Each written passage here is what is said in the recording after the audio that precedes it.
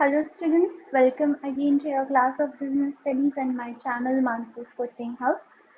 In my last video, we started a new unit that is organizing, and we studied the meaning, definition and process of organizing. And in this today's video, we are going to study the next part of this chapter, that is significance or importance of organizing.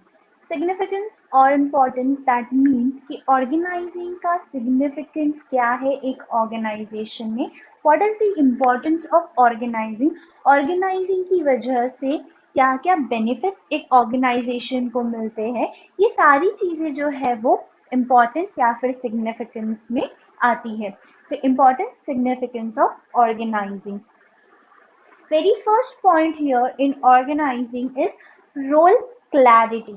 हमने पढ़ा था in the process of organizing में सबसे पहला जो point हमने पढ़ा था that was division of work. हमने पढ़ा था कि जो काम होता है, जो वर्क होता है, वो डिवाइडेड होता है and each person is assigned with some और द अदर ड्यूटी. और हमने शायद थर्ड स्टेप में पढ़ा था. In the third step, we studied that every employee is given a job description which states what an employee is required to do. एक employ को क्या चीजें करनी है उसको पता पड़ता है कि what is his or her role in the organization. So with the help of organizing, an employee gets clarity on what work that individual is supposed to perform. वो पर्सन को क्या काम करना है, व्हाट इज इट्स रोल, ये clarity उस person को मिलती है with the help of organizing. So this is the importance of organizing कि एम्प्लॉयज को उनके रोल पर क्लैरिटी मिलती है. Second point, optimum utilization of resources. Optimum utilization हमने पढ़ा है कि ऑप्टिमम यूटिलाइजेशन का मतलब होता है किसी भी चीज को ऑप्टिममली मतलब properly, effectively and efficiently use करना. That is the meaning of optimum utilization, right. Here resources, यहाँ पर जो रिसोर्सेज है स्पेसिफिकली ये रिसोर्स टर्म यहाँ पर ह्यूमन रिसोर्स के लिए यूज किया गया है. Organizing provides optimum utilization of human resources because organizing में क्या होता है, वर्क जो होता है वो डिवाइडेड होता है, अलग अलग डिपार्टमेंट्स होते हैं, राइट. तो हर एक पर्सन को उसका असाइन जॉब होता है जिसकी वजह से there is no duplicating of work और ओवरलैपिंग ऑफ वर्क. डुप्लीकेटिंग का मतलब होता है एक तरीके का काम, एक ही काम बहुत सारे लोगों को जब दे दिया जाता है, that is termed as duplicating. और ओवरलैपिंग का मतलब होता है कि एक ही पर्सन के ऊपर सारे काम आ गए, एक ही पर्सन के ऊपर सारा बर्डन आ गया, that is overlapping of work. But because of organizing, effective organizing, an organization can optimally utilize its human resources by avoiding duplicating of work और overlapping of work. एक organization इसको avoid कर सकता है ना, ताकि जिसकी वजह से duplication भी ना हो और ना ही overlapping हो और जो employees है वो properly काम कर सके. So this is optimum utilization of resources.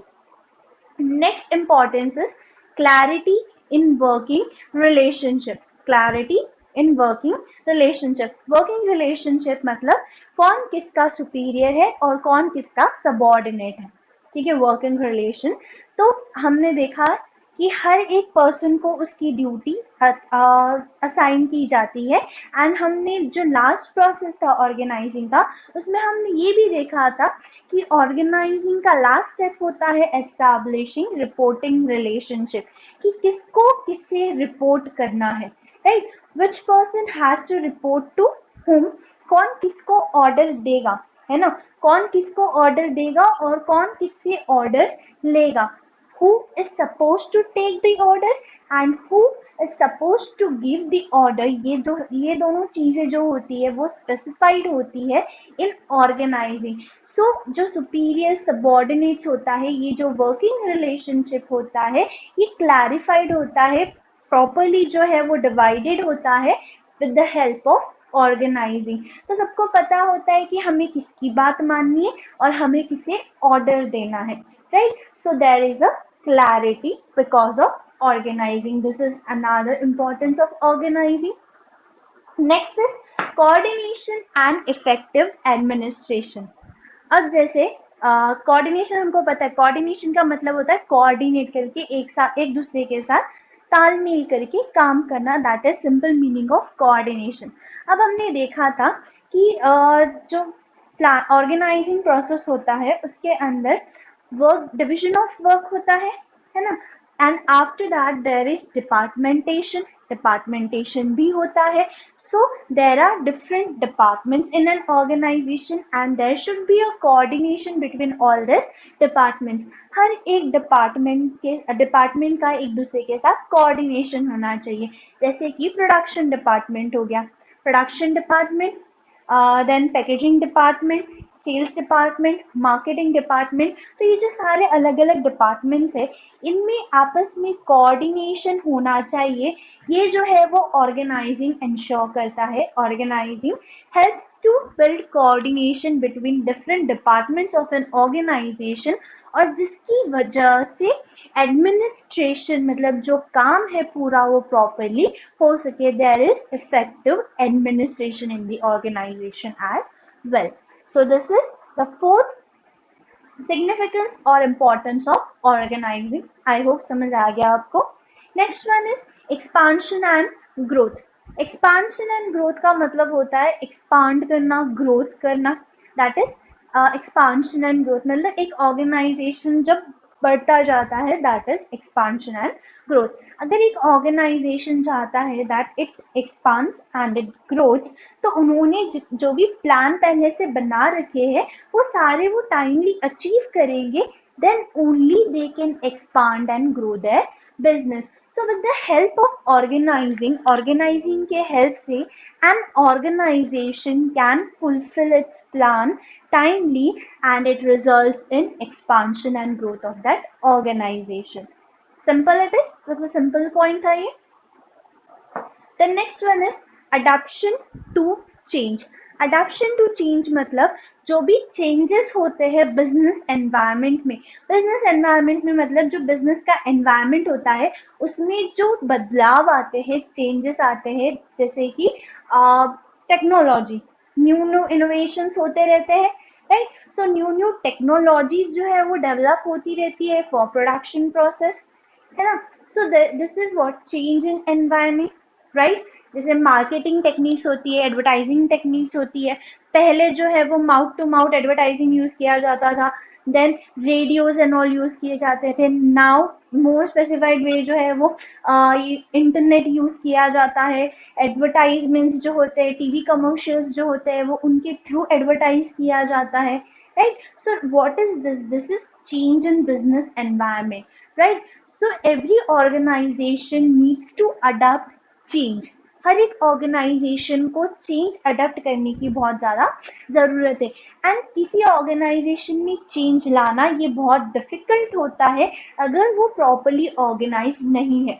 अब एक ऑर्गेनाइजेशन है जिसके अंदर प्रॉपरली हर डिपार्टमेंट उनके काम से डिवाइडेड है, तो जैसे कि हमने कहा कि टेक्नोलॉजिकल चेंज आता है ना। टेक्नोलॉजिकल चेंज आता है इसका मतलब नए जो न्यू इनोवेशंस होते हैं प्रोडक्शन टेक्निक में, अगर वो इंट्रोड्यूस होते हैं तो जो चेंज लाने की ज़रूरत है वो सिर्फ प्रोडक्शन डिपार्टमेंट में लाने की ज़रूरत है। बाकी जैसे कि सेल्स हो गया, मार्केटिंग हो गया, फाइनेंस डिपार्टमेंट हो गया, इनके ऊपर इसका कोई इफेक्ट नहीं पड़ेगा क्योंकि चेंज तो सिर्फ प्रोडक्शन टेक्निक में आ रहा है, nothing else is changing, right? तो जो चेंज लाने की ज़रूरत है वो सिर्फ और सिर्फ प्रोडक्शन डिपार्टमेंट में लाने की ज़रूरत है ना। तो अगर प्रॉपरली हर वर्क जो है वो डिवाइडेड होगा and there will be proper departmentation, तो जो भी चेंजेस है वो लाना बहुत ज़्यादा ईजी हो जाएगा and organization will easily adapt any change if there is proper organizational structure। अगर ऑर्गेनाइजेशन का जो स्ट्रक्चर है वो वेल मेंटेन्ड है तो वो किसी भी तरीके के चेंज को अडेप्ट कर सकते हैं easily. So this is a benefit of organizing. Next one is development of personnel. Development of personnel मतलब जो भी मैनेजर्स होते हैं, it is related to the managers of the company. जो मैनेजर्स होते हैं उनके पास अथॉरिटी होती है कि वो अपनी जो भी रिस्पॉन्सिबिलिटीज होती है उनको डेलीगेट कर सकते हैं, मतलब उनके जो सबॉर्डिनेट्स होते हैं उनके ऊपर वो काम डाल सकते हैं। मतलब जितने भी उनके अंदर सबॉर्डिनेट्स होते हैं प्रॉपरली वो उनकी रिस्पॉन्सिबिलिटीज को डिवाइड कर देते हैं, राइट। सो उसके बाद वो क्या कर सकते हैं, जो मैनेजर्स होते हैं they find new ways, new ideas for production, ताकि प्रोडक्शन जो है वो कम से कम समय में ज़्यादा से ज़्यादा हो सके।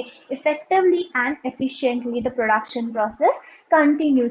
तो इससे क्या होगा, there will be development in personnel, development of personnel, जो मैनेजर है उसका डेवलपमेंट होगा, he will build skills to develop new ideas, right? And last point here is benefits of specialization. Benefits of specialization मतलब जैसे कि हमने देखा कि ऑर्गेनाइजिंग प्रोसेस में वो डिवीजन ऑफ वर्क होता है, डिपार्टमेंटेशन होता है, तो एक पर्सन को उसके क्वालिफिकेशन के हिसाब से ही काम दिया जाता है, क्वालिफिकेशन उसकी स्किल के हिसाब से ही काम दिया जाता है, जो उसकी कैपेबिलिटीज होती है। और वो पर्सन जब वही काम करता रहता है बार बार, it leads to specialization, right, है ना। जब स्पेशलाइजेशन कब आता है, जब आप एक काम को बार बार करते हो, when you perform a particular work repeatedly it results in specialization। उससे क्या होता है, हमको स्पेशलाइजेशन मिलता है। स्पेशलाइजेशन मतलब किसी चीज में माहिर होना, है ना।